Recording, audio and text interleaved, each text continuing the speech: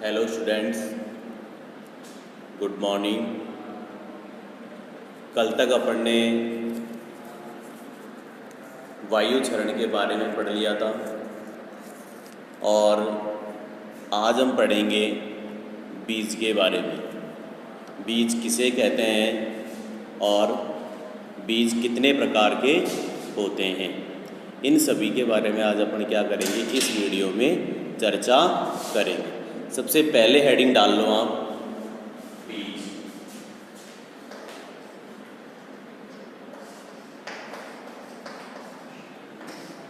अब बीज होता क्या है, यानी कोई बीज हो, जड़ हो, तना हो, पत्ती हो या फूल हो या फल हो, जो अपने समान स्वस्थ पौधे को जन्म देता है, उसे ही क्या कहते हैं, बीज कहते हैं।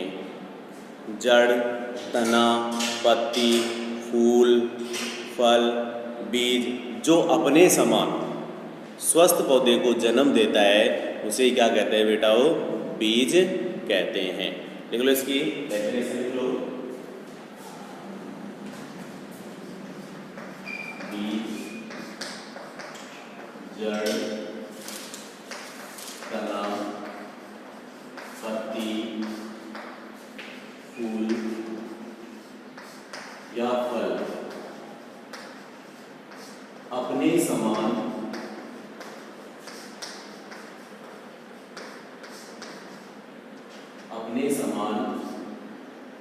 स्वस्थ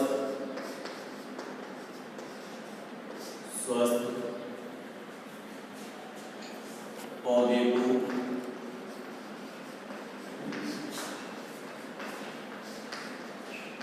जन्म देता है, उसे बीज कहते हैं। उसे बीज कहते हैं। यानी प्लांट का कोई सा भी भाग हो, उसके द्वारा अपने समान जो स्वस्थ पौधे को जन्म देता है, उसे क्या कहते हैं बेटा, बीज कहते हैं। यानी जड़ हो, तना हो, दाना हो, पत्ती हो, फूल हो या फल हो, जो अपने समान स्वस्थ पौधे को जन्म देता है, उसे क्या कहते हैं, बीज कहते हैं। अब बीज 4 प्रकार के होते हैं। कितने प्रकार के होते हैं, 4 प्रकार के होते हैं। हेडिंग डाल लीजिए, बीज के प्रकार। बीज के प्रकार, बीज 4 प्रकार के होते हैं। कितने प्रकार के होते हैं बेटा, 4 प्रकार के बीज होते हैं। मूल केंद्रक बीज, आधार बीज, पंजीकृत बीज और प्रमाणित बीज। जो मूल केंद्रक बीज होता है, ये किसकी जो शुद्धता होती है वो 100% होती है, यानी 100% इसकी क्या होती है, शुद्धता होती है। और ये किसकी देखरेख में तैयार किया जाता है, प्रजनक संस्था की देखरेख में तैयार किया जाता है। और इसकी पहचान के लिए इसकी जो भी पैकिंग होती है, उस पर कौन से कलर का टैग लगा रहता है, गोल्डन कलर का टैग लगा रहता है। 3 बातें हो गई। पहली बात तो ये हो गई कि इसकी जो आनुवंशिक शुद्धता है वो 100% होती है। दूसरी बात क्या हो गई कि क्या नाम से ये किसकी देखरेख में तैयार किया जाता है, प्रजनक संस्था की देखरेख में तैयार किया जाता है। और तीसरी बात हो गई, इसकी पहचान के लिए इसकी जो पैकिंग होती है, उस पर कौन से रंग का टैग लगा रहता है, गोल्डन या सुनहरे पीले रंग का टैग लगा रहता है। क्लियर। ये तो हो गया मूल केंद्रक बीज। दूसरा बीज होता है आधार बीज, यानी इसकी जो शुद्धता होती है वो 98% तक होती है। कितने प्रतिशत, 100 से 98% होती है। तथा इसकी जो क्या नाम से पहचान के लिए कौन से रंग का टैग लगा रहेगा, सफ़ेद रंग का इस पे टैग लगा रहता है। और ये किसकी देखरेख में, प्रजनक संस्थाओं की देखरेख में इसे तैयार किया जाता है। तीसरा बीज होता है पंजीकृत बीज। पंजीकृत बीज हमारे भारत में नहीं बनाया जाता है, हमारे भारत में तैयार नहीं किया जाता है। और जो चौथा बीज है वो कौन सा बीज है, प्रमाणित बीज है। प्रमाणित बीज किससे तैयार किया जाता है, आधार बीज से तैयार किया जाता है और इसकी शुद्धता 95% से क्या होती है, अधिक होती है। और इस पे कौन से रंग का टैग लगा रहता है, पर्पल कलर का टैग लगा रहता है। अब एक्सप्लेन कर लेते हैं कि का सबसे पहला बीज पढ़ेंगे अपन मूल केंद्रक बीज। हेड डालो, सबसे पहला मूल केंद्रक बीज या बोल दो इसको प्रजनक बीज। मूल केंद्रक बीज बोल दो या नहीं बोल दो प्रजनक बीज। इसके बारे में लिखो,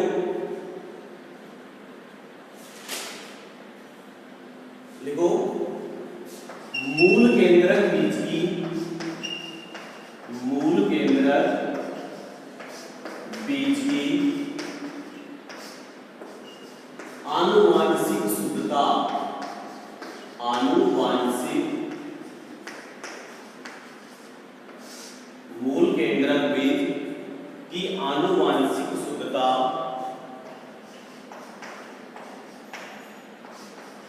100% होती है, 100% होती है।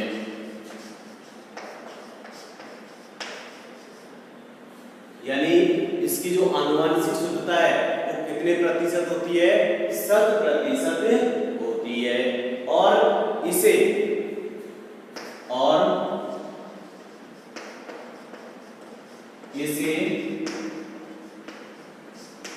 पादप प्रजनन संस्था की देखरेख में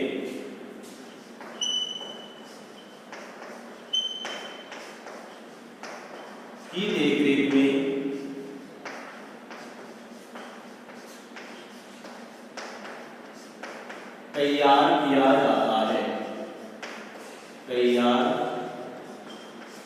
किया जाता है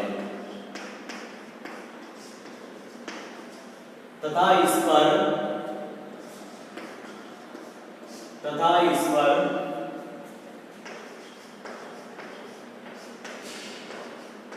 गोल्डन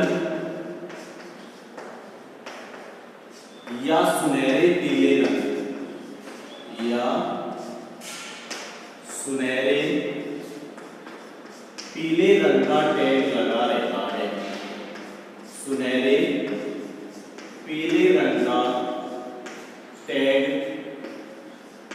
लगा रहता है।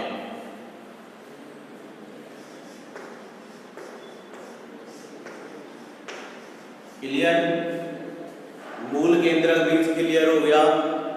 किसकी देखरेख में तैयार किया जाता है, पादप प्रजनन संस्था की देखरेख में तैयार किया जाता है। दूसरी बात, इसकी जो आनुवांशिक शुद्धता है वो 100% होती है। और तीसरी बात क्या है इसकी, कि क्या नाम से इसकी पहचान के लिए कौन से रंग का टैग लगा रहता है, गोल्डन या सुनहरे पीले रंग का टैग लगा रहता है।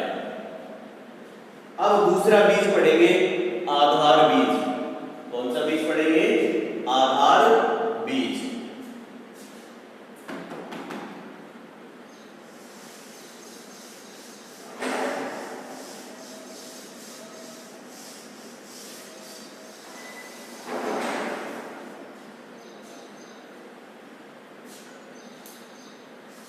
दूसरा बीज है आधार बीज। यानी जो आधार बीज होता है ये किससे तैयार किया जाता है, प्रजनक बीज से तैयार किया जाता है। किससे तैयार किया जाता है, प्रजनक बीज से तैयार किया जाता है। और क्या नाम से, प्रमाणीकृत या प्रजनन संस्थाओं के देखरेख में इसे तैयार किया जाता है। और इसकी आनुवांशिक जो शुद्धता होती है वो 98% होती है, यानी 98% होती है। और इस पे पहचान के लिए कौन से कलर का टैग लगा रहता है, सफेद रंग का टैग लगा रहता है। देख लो बेटा इसके बारे में, आधार बीज के बारे में। यह बीज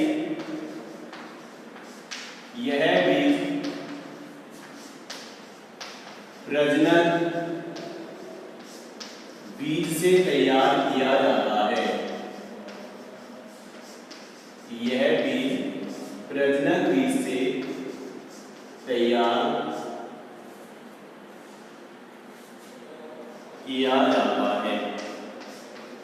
कौन से बीज से तैयार किया जाता है? यानी इससे पहले वाला हमने जो बीज पढ़ा था उसके द्वारा यह तैयार किया जाता है। इस बीज का उत्पादन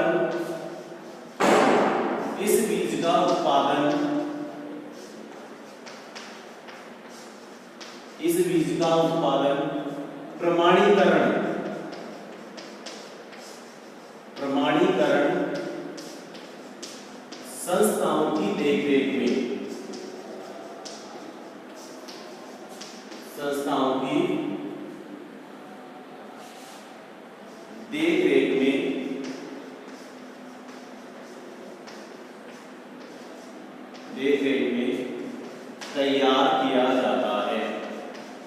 तैयार किया जाता है।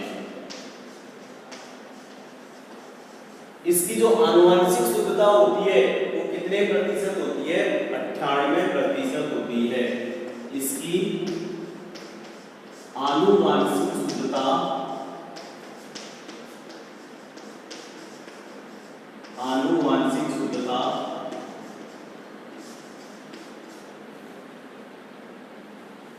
98% होती है।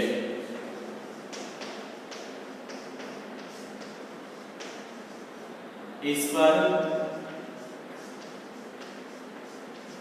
सफेद रंग का टैग लगा रहता है।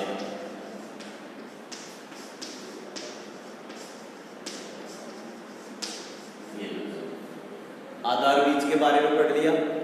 कौन से बीज से तैयार किया जा रहा है? प्रजनक बीज से तैयार किया जा रहा है। दूसरी बात, किसकी देखरेख में तैयार किया जाता है? प्रमाणीकरण संस्थाओं की देखरेख में तैयार किया जाता है। और इस पे कौन से रंग का टैग लगा रहता है? सफ़ेद रंग का टैग लगा रहता है। और जो आनुवंशिक शुद्धता है वो कितने प्रतिशत है? 98% इसकी आनुवंशिक शुद्धता है। तीसरा प्रकार पढ़ेंगे अपन पंजीकृत बीज। कौन सा बीज? पंजीकृत बीज। ये जो बीज होता है ना, अपने भारत में तैयार नहीं किया जाता है। और इस रंग के और इसके जो यानी भारत में तैयार नहीं किया जाता है। और इसकी जो थैलियां होती हैं उस पर कौन से रंग का टैग लगा रहता है? बैंगनी रंग का टैग लगा रहता है। देख लो, यह बीज भारत में तैयार नहीं किया जाता है।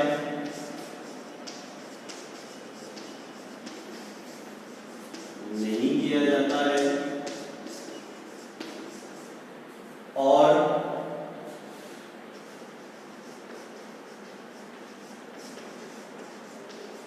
इस बीज की थैलियों पर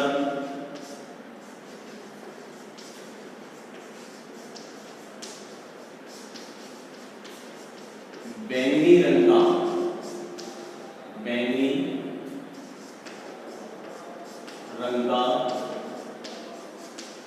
टैग लगा रहता है। बैंगनी रंग का टैग लगा रहता है। तीनों क्लियर? मूल केंद्रक बीज क्लियर हो गया, आधार बीज क्लियर हो गया और प्रमाणित बीज क्लियर हो गया। अब पढ़ेंगे लास्ट प्रमाणित बीज। कौन सा बीज? प्रमाणित बीज।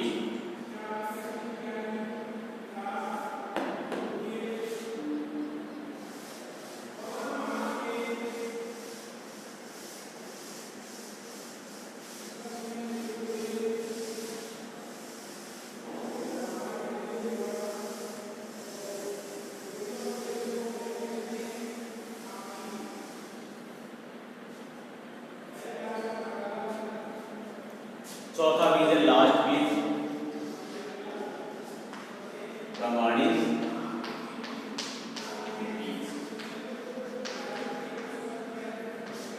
जो प्रमाणित बीज होता है वो पंजीकृत बीज से तो तैयार किया ही नहीं जाएगा, क्योंकि वो भारत में तैयार नहीं किया जाता है। तो किससे तैयार किया जाएगा? आधार बीज से तैयार किया जाता है। कौन से बीज से तैयार किया जाता है? आधार बीज से तैयार किया जाता है। और किसकी देखरेख में तैयार किया जाता है? जो प्रमाणीकरण संस्था होती है उसकी देखरेख में तैयार किया जाता है।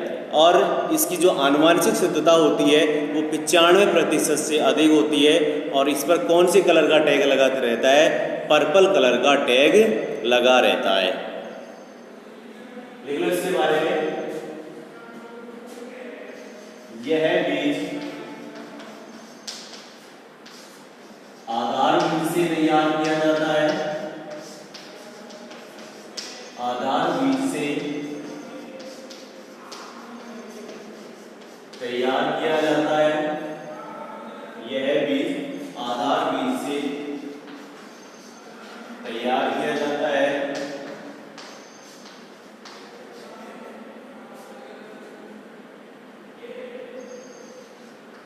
और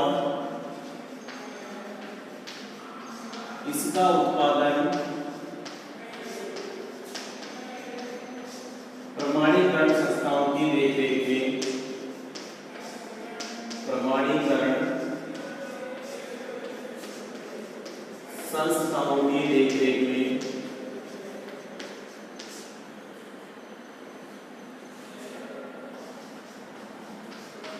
किया जाता है। प्रमाणीकरण संस्थाओं की देखरेख में किया जाता है। और इस बीज की थैलियों पर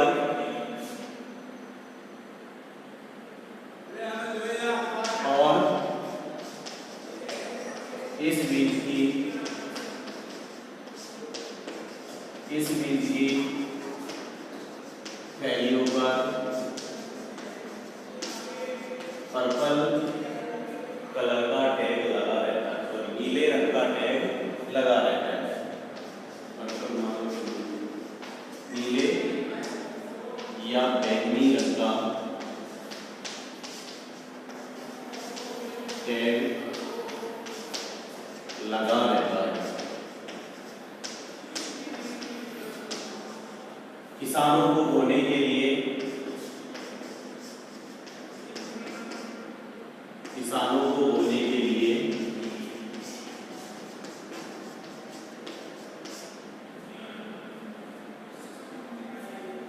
प्रमाणीकरण बीज भी दिया जाता है। प्रमाणीकरण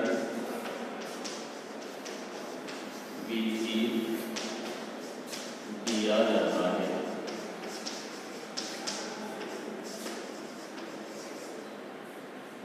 यह बीज कौन सी बीज से तैयार किया जाता है? आधार बीज से तैयार किया जाता है। और इसका उत्पादन किसकी देखरेख में? प्रमाणीकरण संस्थाओं की देखरेख में। और इसकी बीज की जो थैलियां होती हैं उस पे कौन से कलर का टैग लगा रहता है? पर्पल यानी बैंगनी और या नीले रंग का टैग बैंगनी या नीले रंग का टैग लगा रहता है। और किसानों को बोने के लिए प्रमाणीकरण बीज ही दिया जाता है। ये हो गए हमारे बीज के प्रकार। बीज के बारे में पढ़ लिया और बीज के 4 प्रकार पढ़ लिए। बीज किसे कहते हैं? यानी कोई जड़ हो, तना हो, पत्ती हो, फूल हो, फल हो, जो अपने समान स्वस्थ पौधे को जन्म देता है उसे क्या कहते हैं? बीज कहते हैं। बीज 4 प्रकार के पढ़ लिए। मूल केंद्रक बीज, आधार बीज, प्रमाणित बीज और पंजीकृत बीज। मूल केंद्रक बीज इसकी देखरेख में तैयार, यानी इसकी शुद्धता क्या होती है? 100%, 100% शुद्धता होती है। और इसकी देखरेख में तैयार किया जाता है। पादप प्रजनन संस्थाओं की देखरेख में तैयार किया जाता है। और इसपे कौन से रंग का टैग लगा रहता है? इसकी पहचान के लिए गोल्डन या सुनहरे पीले रंग का टैग लगा रहता है। उसके बाद में आधार बीज पढ़ा। आधार बीज किससे तैयार किया जाता है? प्रजनक बीज या मूल केंद्रक बीज से तैयार किया जाता है। और क्या नाम से इसकी शुद्धता होती है? वो 98% होती है। और इस पे कौन से रंग का टैग लगा रहता है? सफ़ेद रंग का टैग लगा रहता है। उसके बाद में पंजीकृत बीज पढ़ा, जो कि यहाँ भारत में तैयार नहीं किया जाता है। और इस पे कौन से रंग का टैग लगा रहता है? इसके बाद में क्या नाम से अपन ने पढ़ा प्रमाणित बीज। यह बीज किसकी देखरेख में तैयार किया जाता है? किसकी देखरेख में? प्रमाणीकरण संस्थाओं की देखरेख में तैयार किया जाता है। और इसके क्या नाम से, कौन सी थैले में कौन से रंग का टैग लगा रहता है? बैंगनी रंग का टैग लगा रहता है। और किसानों को बोने के लिए कौन सा बीज दिया जाता है बेटा? वो प्रमाणीकरण बीज ही किसानों को बोने के लिए दिया जाता है। और जो मार्केट में अपन थैलियाँ वगैरह लाते हैं ना, जैसे बाजरे की थैली है, सरसों वगैरह की थैली है, गेहूँ वगैरह की थैली है, ये सारे मार्केट में जो सारे हाइब्रिड बीज आते हैं, ये कौन से बीज आते हैं? प्रमाणीकरण बीज ही आते हैं, जो किसानों को बोने के लिए दिया जाता है। अब पढ़ेंगे अपन उत्तम बीज के गुण, यानी एक उत्तम बीज के गुण क्या होते हैं, उनमें क्या क्या क्वालिटी होनी चाहिए उत्तम बीज के अंदर।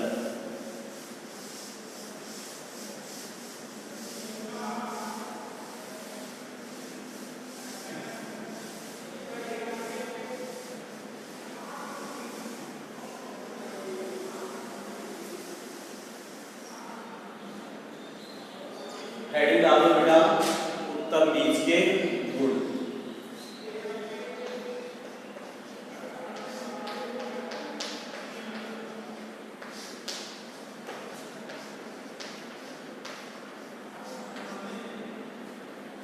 अब उत्तम बीज के गुणों की बात करें तो सबसे पहले बात यही होनी चाहिए कि उत्तम बीज होगा तो उसकी आनुवांशिक शुद्धता, यानी पहला गुण तो ये होना चाहिए कि उसकी आनुवांशिक शुद्धता 100% होनी चाहिए। दूसरी बात ये होगी कि उसकी भौतिक शुद्धता भी क्या होनी चाहिए? 100% होनी चाहिए। भौतिक शुद्धता का मतलब यही है कि उसके अंदर कंकड़, पत्थर, मिट्टी वगैरह मिली हुई नहीं होनी चाहिए, और प्योर बीज होना चाहिए 100%। उसके बाद बीज के अंदर क्या होनी चाहिए? पर्याप्त नमी होनी चाहिए। बीज रोग एवं कीटाणु से क्या होना चाहिए? मुक्त होना चाहिए। और बीज पूरी तरह मैच्योर होना चाहिए, परिपक्व होना चाहिए। ये सारे गुण किस में होने चाहिए? बीज में होते हैं। इसलिए पहला गुण लिखो, पहला गुण लिखो, उत्तम बीज की आनुवांशिक शुद्धता। उत्तम बीज की आनुवांशिक शुद्धता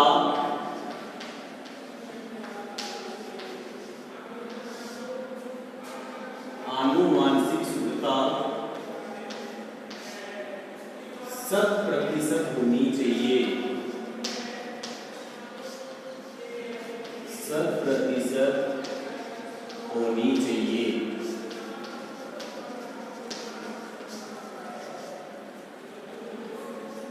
दूसरा पॉइंट लिखो,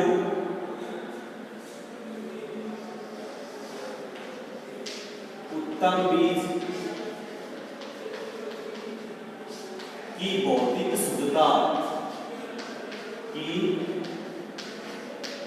भौतिक शुद्धता 100% होनी चाहिए। 100% होनी चाहिए। दो गुण पढ़ लिए, यानी पहली बात, पहला गुण तो यह है कि बीज की आनुवांशिक शुद्धता 100% होनी चाहिए। दूसरा गुण यह है कि भौतिक शुद्धता अच्छी होनी चाहिए। और तीसरा गुण देखो, उत्तम बीज की अंकुरण क्षमता, यानी जर्मिनेशन परसेंट, अंकुरण प्रतिशतता, अंकुरण प्रतिशतता भी अच्छी होनी चाहिए। योगों ने 100 बीज बोया, उनका इनाम 10 बीज गई, यानी कहने का मतलब उसकी शुद्धता क्या नाम से, उसकी अंकुरण क्षमता कम है। यदि बीज कम उगते हैं तो सीधी सीधी से आंकड़ा लगाया जा सकता है कि उसका जो जर्मिनेशन परसेंट है, यानी अंकुरण प्रतिशतता, वो बहुत ही कम है। तीसरा पॉइंट लिखोगे, उत्तम बीज में नमी की मात्रा अच्छी होनी चाहिए। उत्तम बीज में नमी की मात्रा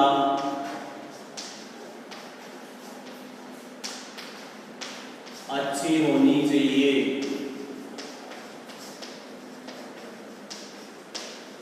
उत्तम बीज में नमी की मात्रा अच्छी होनी चाहिए। पांचवा पॉइंट पढ़ेंगे, उत्तम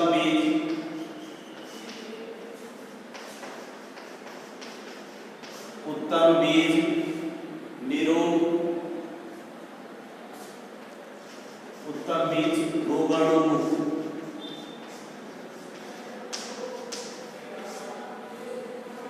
व कीट रहित होने चाहिए। कीट रहित होने चाहिए, यानी बीज के अंदर किसी भी प्रकार का कोई रोग नहीं लगा होना चाहिए और किसी भी प्रकार का कोई कीड़ा उसके अंदर लगा हुआ नहीं होना चाहिए। अगला पॉइंट लिखूं, उत्तम बीज पूर्ण परिपक्व, उत्तम बीज पूर्ण परिपक्व,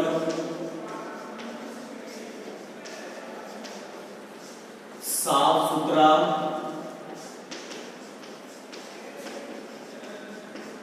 एवं सुडौल आकार का होना चाहिए।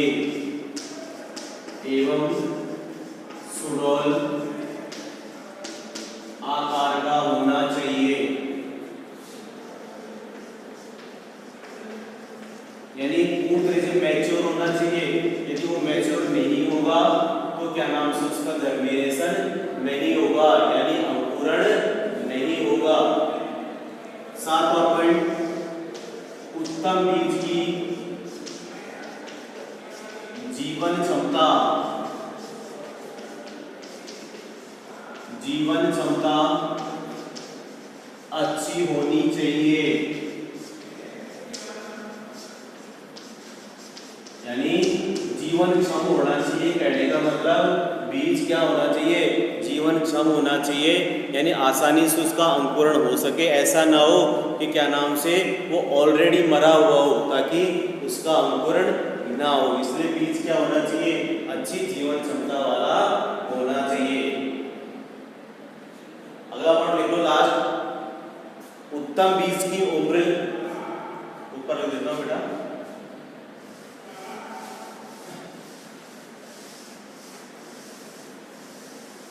लास्ट पॉइंट लिख लो,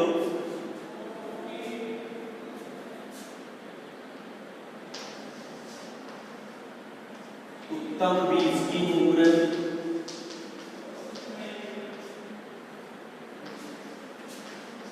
उत्तम बीज की उम्र, आकृति, उम्र आकृति व क्रियात्मक दृष्टि से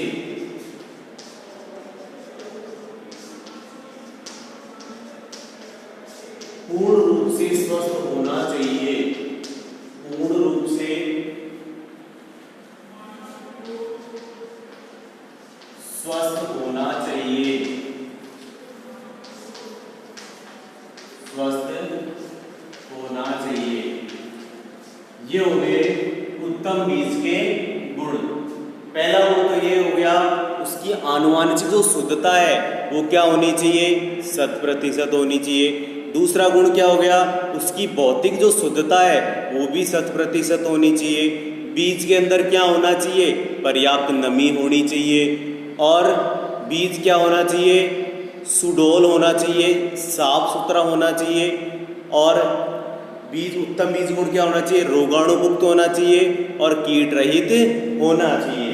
और इसके बाद में उत्तम बीज क्या होना चाहिए, जीवन क्षमता वाला होना चाहिए। कहने का मतलब जीवन क्षम होना चाहिए, यानी उसके अंदर इतनी शक्ति हो कि वो आसानी से उसका अंकुरण हो सके। ये सारे क्या है, उत्तम बीज के गुण है। अब पढ़ेंगे बेटा उत्तम बीज के उत्पादन की वैज्ञानिक विधि, यानी उत्तम बीज हम कैसे तैयार करेंगे।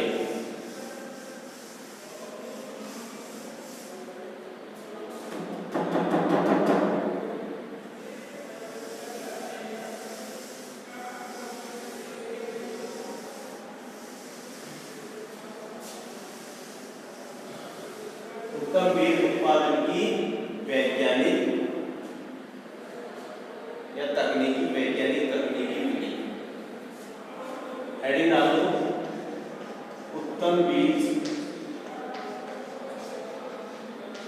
उत्पादन की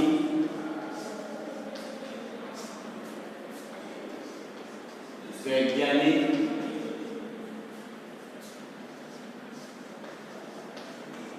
तकनीकी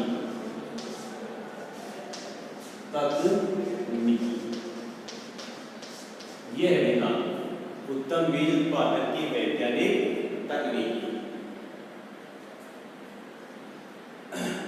यानी किसान जब बीज का उत्पादन करेगा तो हमें बहुत सारी बातों का ध्यान रखना पड़ेगा।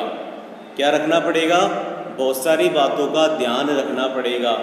पहली बात तो जो हम बीज का चुनाव करेंगे वो उत्तम क्वालिटी का होना चाहिए। यानी जब हम उत्तम बीज तैयार करेगा तो बीज भी क्या होगा? अरे बीज का ही चुनाव तो करेंगे। फिर उसके बाद में उसकी जो पृथक्करण की दूरी है उसके बारे में भी ध्यान रखेंगे।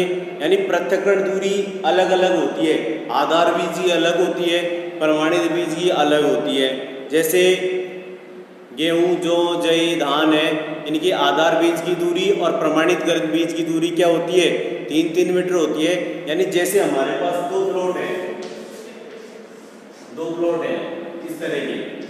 अब इसमें भी अपने को आधार बीज लेना है, इसमें भी आधार बीज लेना है और इसमें भी आधार बीज लेना है।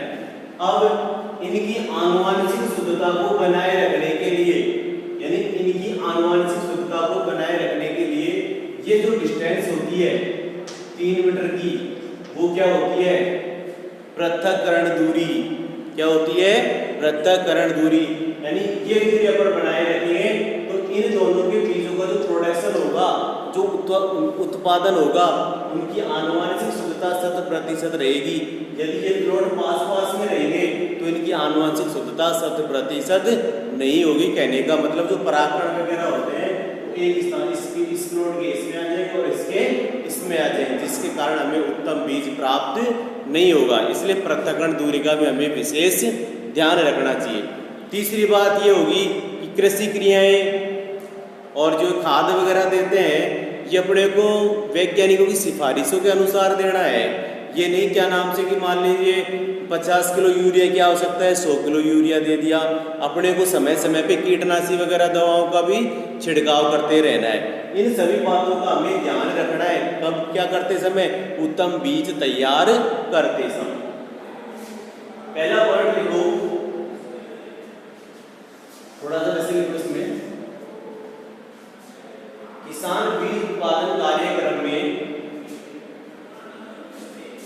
यहां से लिख लो, किसान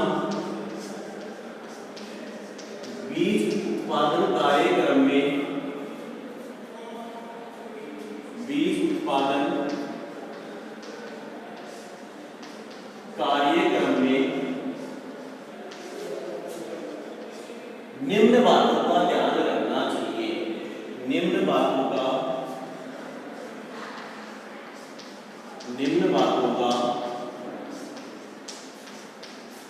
ध्यान रखना चाहिए। यानी हमें कौन कौन सी बातों का हमें ध्यान रखना है क्या करते समय? बीज का उत्पादन करते समय। पहली बात तो अपन बीज का चुनाव, इसका चुनाव, बीज का चुनाव, सीड ऑफ सिलेक्शन। अब बीज का चुनाव करते समय क्या क्या बातों का ध्यान रखना चाहिए? यानी बीज उत्पादन के लिए या तो प्रजनक बीज लेना चाहिए, यानी प्रमाणीकरण बीज लेना चाहिए, यानी आधार बीज लेना चाहिए। यानी इस प्रकार का ही बीज लेना है। इसके लिए उत्तम बीज के उत्पादन के लिए यदि अपन ने घरेलू बीज ले लिया तो उत्तम बीज प्राप्त होगा क्या?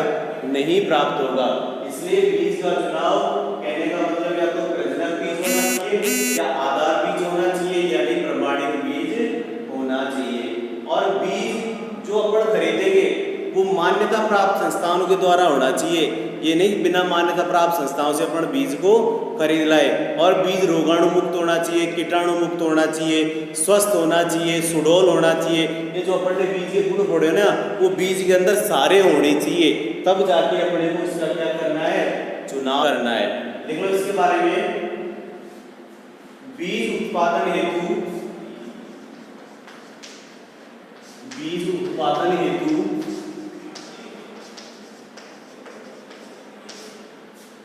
प्रजनक बीज,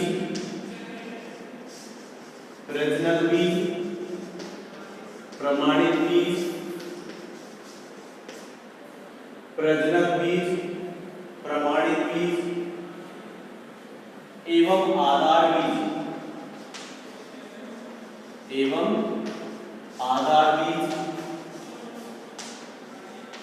का ही प्रयोग करना चाहिए,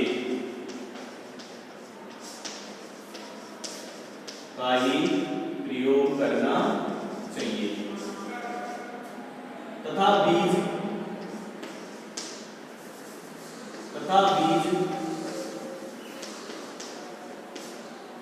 प्रमाणीकरण संस्थाओं से ही खरीदना चाहिए, तथा बीज मान्यता प्राप्त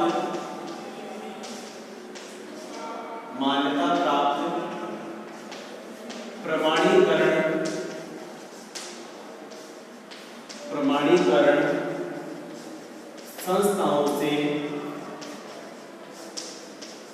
खरीदना चाहिए, संस्थाओं से खरीदना चाहिए। यानी बीज, पहली बात तो आधार बीज चुनना चाहिए, यानी प्रजनक बीज चुनना चाहिए, यानी प्रमाणित बीज चुनना चाहिए। और ये बीज कहाँ से लेना है, जो मान्यता प्राप्त प्रमाणीकरण संस्था है उनसे ही हमें बीज को लेना है। उसके बाद में बीज रोगाणु मुक्त, बीज रोगाणु मुक्त, रोगाणु मुक्त, कीटाणु मुक्त,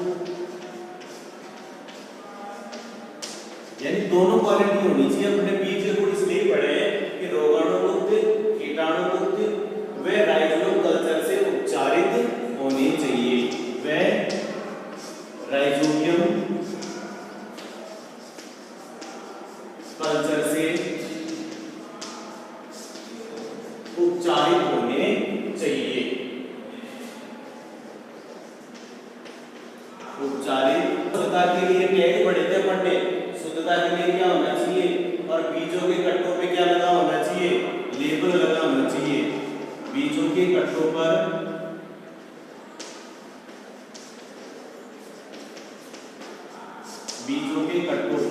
लेबल लगा होना चाहिए, लेबल लगा होना चाहिए, लेबल लगा होना चाहिए। और बीज का पक्का बिल लेना चाहिए, और बीज का पक्का बिल लेना चाहिए, पक्का बिल लेना चाहिए। इन सभी बातों का हमें ध्यान रखना है जब बीज का चुनाव करेंगे। प्रमाणीकरण संस्थाओं से होना चाहिए, दूसरी बात बीज आधार बीज होना चाहिए या प्रमाणित बीज होना चाहिए, या क्या नाम से पंजीकृत बीज नए होके आधार बीज, प्रमाणित बीज या मूल केंद्रक बीज का ही हमें चुनाव करना है। और दूसरी बात, जहाँ से अपन ने बीज लिया है वहाँ पे क्या होना चाहिए, उससे बिल पक्का लेना चाहिए, बीज के कट्टों पे क्या होना चाहिए, लेबल लगा होना चाहिए। इन सभी बातों का हमें ध्यान रखना है, कब, जब बीज का चुनाव करेंगे तब। अब दूसरा पॉइंट पढ़ेंगे, पृथक्करण की दूरी व खेत का चयन। पृथक्करण की दूरी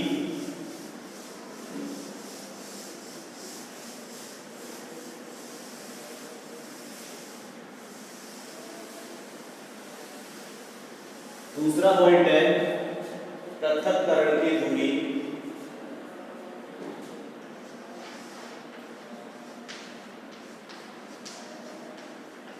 पृथक्करण की दूरी व्यक्ति का चयन।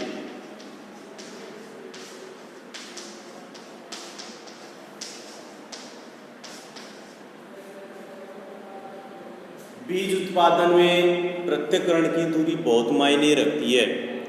यदि आपने पृथक्करण की दूरी सही नहीं अपनाई, जैसे आधार बीज ले लिया, तो आधार बीज की पृथक्करण दूरी अलग होती है। प्रमाणित बीज ले लिया, प्रमाणित बीज की पृथक्करण दूरी अलग होती है। इसलिए हमें पृथक्करण का विशेष ध्यान रखना है कि जब अपन उत्तम बीज तैयार कर रहे हैं तब। तो लिखो इसके बारे में, पृथक्करण की दूरी के बारे में लिखो, आनुवांशिक शुद्धता को बनाए रखने के लिए, लिखो इसमें आनुवांशिक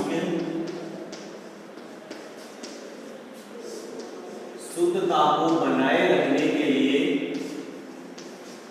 आनुवांशिक शुद्धता को बनाए रखने के लिए, शुद्धता को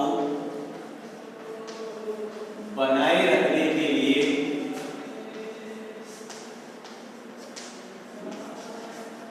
किन्हीं दो किस्मों के बीज, किन्हीं दो किस्मों के बीज,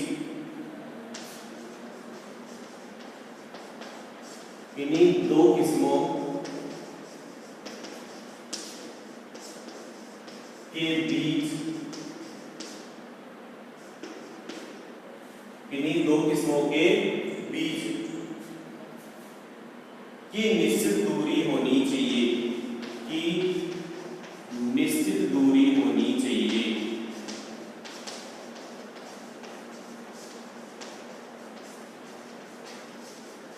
यानी यदि हमें बीज की आनुवंशिक शुद्धता बढ़ानी है तो दो वैरायटी यानी दो किस्मों के बीज होते हैं, उनके बीच में क्या होनी चाहिए, निश्चित दूरी होनी चाहिए।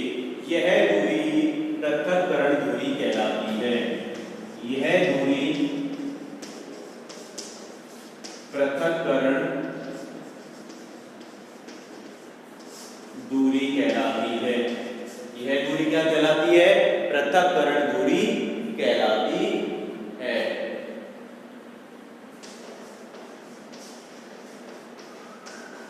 यानी दूरी क्या कहलाएगी, पृथक्करण दूरी कहलाती है। जैसे जैसे गेहूं, जौ, जई व धान के आधार बीज की दूरी, आधार बीज की दूरी 3 मीटर, आधार बीज की दूरी 3 मीटर व प्रमाणित बीज की दूरी, व प्रमाणित बीज की दूरी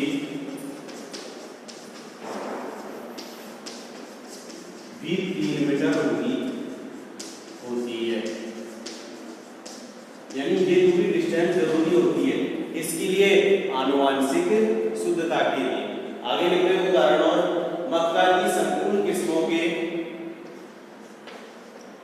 मक्का के संकुल किस्मों, मक्का के संकुल किस्मों, मक्का के संकुल किस्मों आधार बीज की, आधार बीज की, आधार बीज की दूरी 400, आधार बीज की पृथक्करण दूरी, आधार बीज की, आधार बीज की पृथक्करण दूरी, आधार बीज की पृथक्करण दूरी 400, आधार बीज के पृथक्करण की दूरी 400 मीटर तथा प्रमाणित बीज की दूरी, प्रमाणित बीज की दूरी 200 मीटर होनी चाहिए।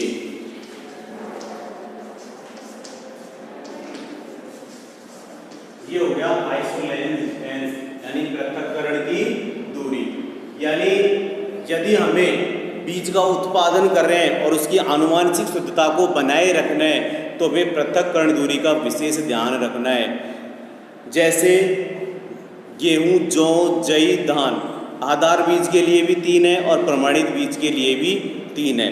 लेकिन नीचे उदाहरण दिया कि संकुल किस्म होंगी, मक्का की जो संकुल किस्म होंगी उसके आधार बीज की पृथक्करण दूरी तो क्या है 400 और प्रमाणित बीज की दूरी क्या है 200 मीटर होनी चाहिए।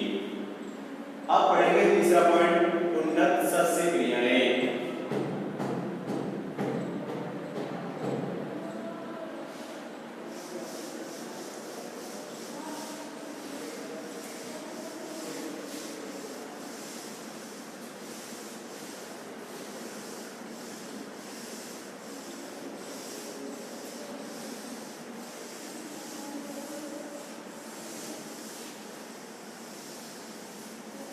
चौथा पॉइंट होगा उन्नत सस्य क्रियाएं।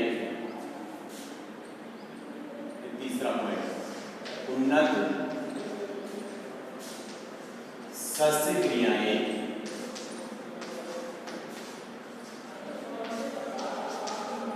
यानी बीज उत्पादन में जो भी सस्य क्रियाएं करेंगे, यानी बीज उत्पादन के अंदर जो भी सस्य क्रियाएं करेंगे वो कीट व रोगों के नियंत्रण के सिफारिश के अनुसार करेंगे। ये नहीं कि क्या नाम से कीट नहीं लग रहा है तो कीटनाशी डाल दिया, रोग नहीं लग रहा है तो रोग वाली दवा दे दी, फफूंदनाशी वगैरह दवा दे दी, उसमें पानी की जरूरत नहीं है पानी लगा दिया। यानी इन सभी बातों का हमें ध्यान रखना है। क्या करते समय बीज उत्पादन, जब उत्तम बीज उत्पादन करेंगे उस समय हमें उन्नत सस्य क्रियाओं का भी विशेष ध्यान रखना है। देख लो बीज उत्पादन में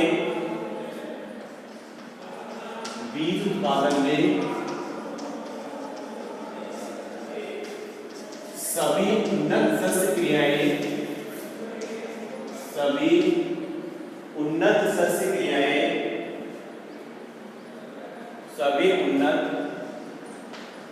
सस्य क्रियाएं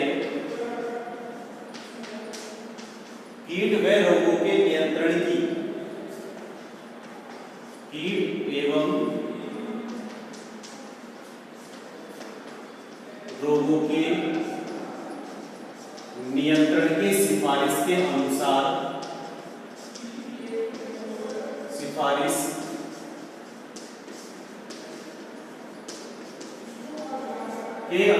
करना चाहिए। सिफारिशों का अनुसरण करना चाहिए। नियंत्रण सिफारिशों के अनुसार का नियंत्रण कीट एवं रोगों का नियंत्रण सिफारिशों अनुसार होना चाहिए।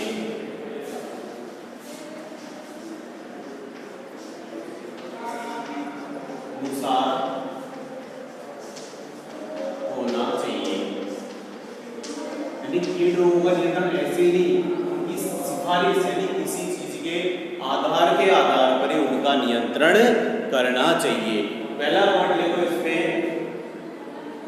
सिफारिश के अनुसार ही संतुलित पूरक देना चाहिए। सिफारिश के अनुसार ही संतुलित पूरक देना चाहिए। संतुलित पूरक देना चाहिए। सिफारिश के अनुसार ही संतुलित पूरक देना चाहिए। बुआई से पूर्व सीड ड्रिल को साफ कर लेना चाहिए। बुआई से पूर्व सीड ड्रिल यानी जो क्या नाम से बुआई वगैरह करते हैं ना, जब क्या नाम से जो अपने सरसों वगैरह ओरते हैं, गेहूं वगैरह ओरते हैं, उस मशीन को क्या बोलते हैं सीड ड्रिल। यानी इसको यदि आप साफ नहीं करेंगे, जैसे पहले किसी खेत में तारा मीरा बो के आया है और उसे अपन ने साफ नहीं किया और डायरेक्ट अपन ने जैसे गेहूं का बीज उत्पादन तैयार कर रहे हैं तो गेहूं का बीज उसके अंदर डाल दिया। यदि गेहूं का बीज आप उसके अंदर डाल दोगे तो क्या नाम से जो तारा मीरा भी साथ में उग जाएगा और गेहूं भी उसके साथ में उग जाएगा। इसलिए बुआई से पूर्व सीड ड्रिल की सफाई कर लेनी चाहिए। कटाई कर लेनी चाहिए। तीसरा पॉइंट है फसल की क्रांतिक अवस्थाओं पर, फसल की क्रांतिक अवस्थाओं पर, क्रांतिक अवस्थाओं पर सिंचाई का विशेष ध्यान रखना चाहिए। अवस्थाओं पर सिंचाई का विशेष ध्यान रखना चाहिए, विशेष ध्यान रखना चाहिए। चौथा पॉइंट होगा फसलों पर समय समय पर निराई गुड़ाई करते रहना चाहिए। फसलों की समय समय पर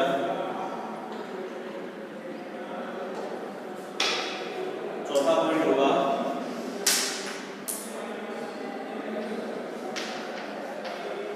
फसलों की समय समय पर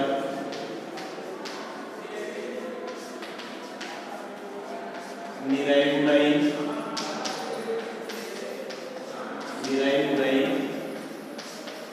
करते रहना चाहिए। फसलों की समय समय पर निराई गुड़ाई करते रहना चाहिए। समय समय पर खेत का निरीक्षण करते रहना चाहिए। समय समय पर खेत का निरीक्षण करते रहना चाहिए।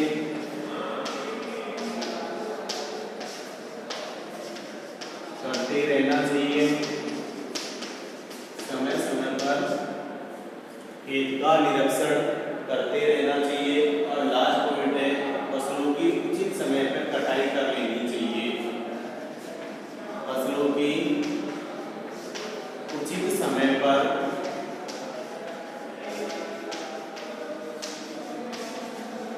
कटाई कर लेनी चाहिए। यानी इन सभी शस्त्र क्रियाओं का क्या करना चाहिए, विशेष ध्यान रखना चाहिए। 3 काम कर लिए, बीज का चुनाव कर लिया, पृथक्करण की दूरी के बारे में पढ़ लिया, और तीसरा पॉइंट अपन ने पढ़ लिया कि शस्त्र क्रियाओं का हमें विशेष ध्यान रखना चाहिए। और उसके बाद में 2 पॉइंट और बचे। चौथा पॉइंट है दहाई। चौथा पॉइंट कौन सा है, दहाई।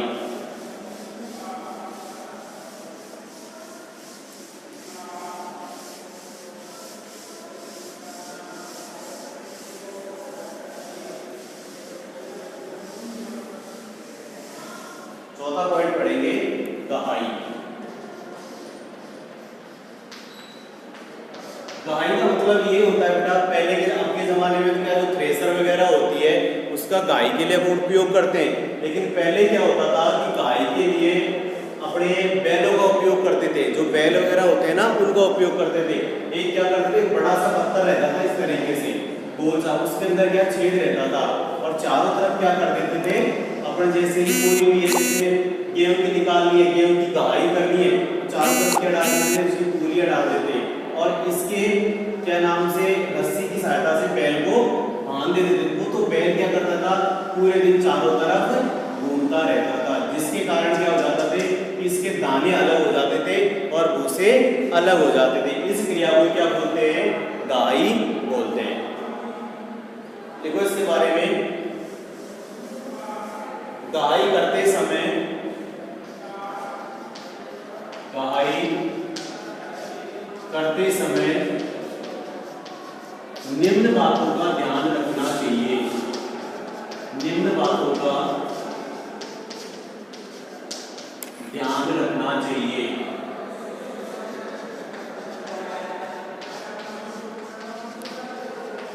अब कौन कौन सी बातों का ध्यान रखना है? पहली बात तो यही है कि खलिहान को अच्छी तरह से साफ कर लेना चाहिए।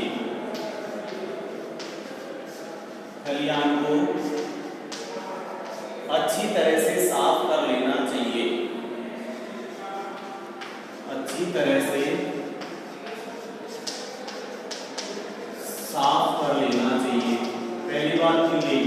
यदि आप खलिहान को साफ नहीं करोगे तो उसमें दूसरे वैरायटी के बीज भी आ सकते हैं या दूसरी फसल के बीज भी आ सकते हैं। दूसरी बात है, बीज को हमेशा बोरियों में भरना चाहिए। बीज को हमेशा बोरियों में भरना चाहिए।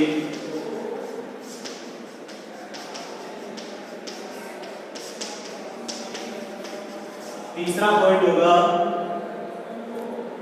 थ्रेसर में बीज टूटने नहीं चाहिए। थ्रेसर में बीज टूटने नहीं चाहिए। और चौथा पॉइंट होगा, बीजों को बोरियों में भरने से पहले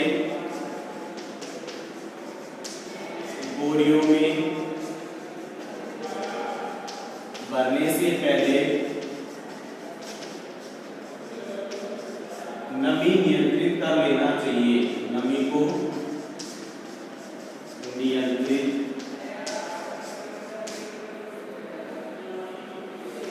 कर लेना चाहिए। पांचवा पॉइंट होगा, गाई जमीन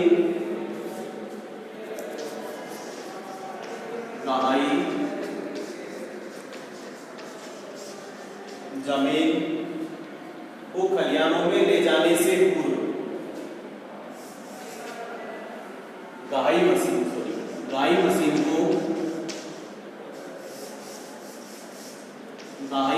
को खलिहानों में ले जाने से पूर्व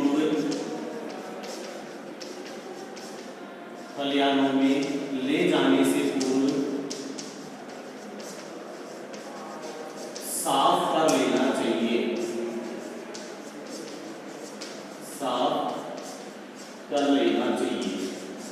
ये हो गया है कि गाड़ी करते समय इन 4-5 बातों का ध्यान रखना चाहिए।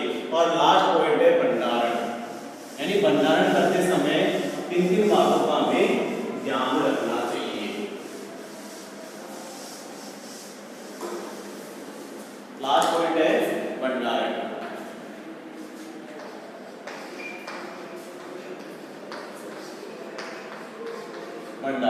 अब भंडारण करते समय निम्न बातों का ध्यान रखना चाहिए, यानी उत्तम बीज की गुणवत्ता को बराबर बनाए रखने के लिए सुविधा पूर्वक हमें बीजों का क्या करना चाहिए, भंडारण कर देना चाहिए। देखो, उत्तम बीज की गुणवत्ता, यानी उत्तम बीज की गुणवत्ता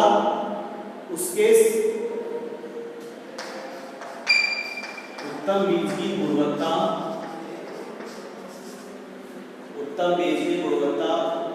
उसके सावधानी पूर्वक भंडारण पर बहुत निर्भर करती है। उसके सावधानी पूर्वक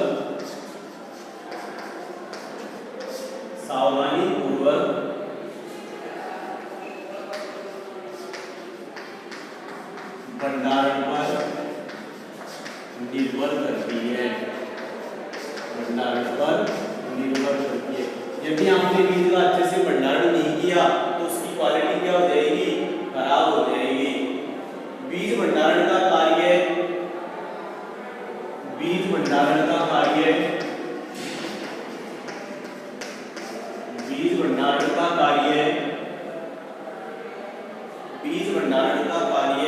भारत में राष्ट्रीय बीज निगम बीज भंडारण का कार्य भारत में राष्ट्रीय बीज निगम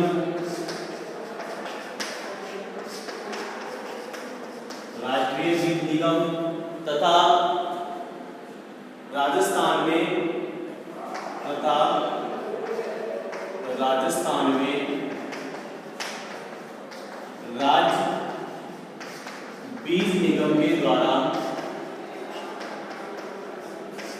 किया जाता है।